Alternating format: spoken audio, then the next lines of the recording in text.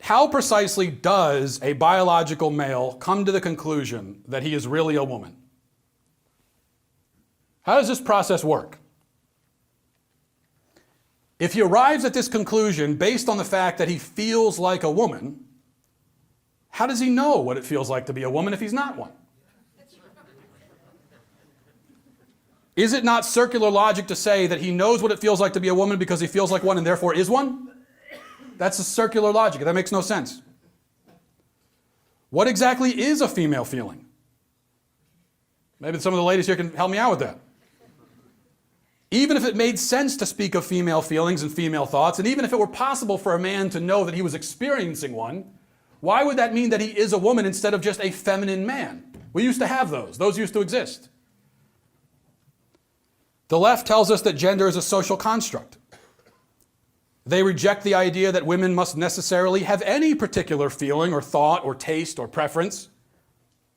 So if gender is an artificial construct, and our physical features have no bearing on our identity as male, as man or woman, then what the hell is a woman anyway?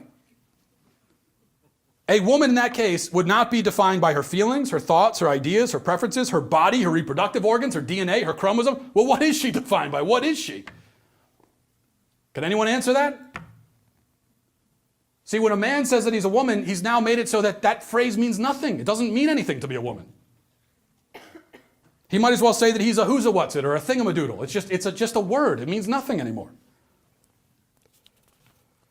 This is the real harm that this transgenderism nonsense has caused.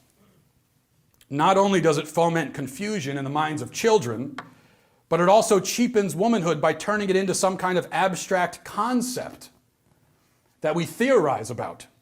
So you women in the audience, you're not even people. You're just these abstractions, according to the LGBT folks.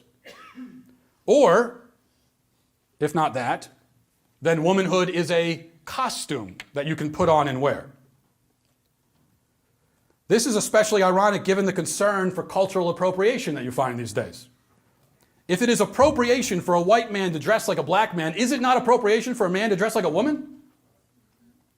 Why doesn't anyone ever talk about female appropriation? That is real appropriation. You've got women, you go to a drag show, you've got men dancing around in women's clothes, making a mockery and a parody of womanhood. It is like a female minstrel show. It is female blackface. And feminists just sit back and take it most of the time.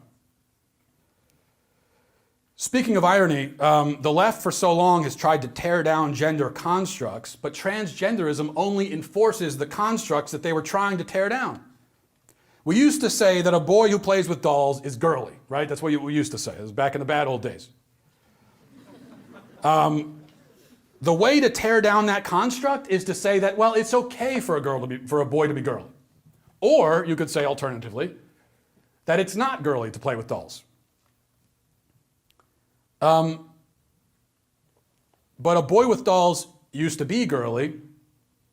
Now he's literally a girl, we say. If a boy who exhibits womanly characteristics is therefore a girl, then those gender constructs that the left was trying to tear down, they have just made those constructs into something far more potent or powerful than any conservative ever imagined that they could be. That's why I object to redefining gender.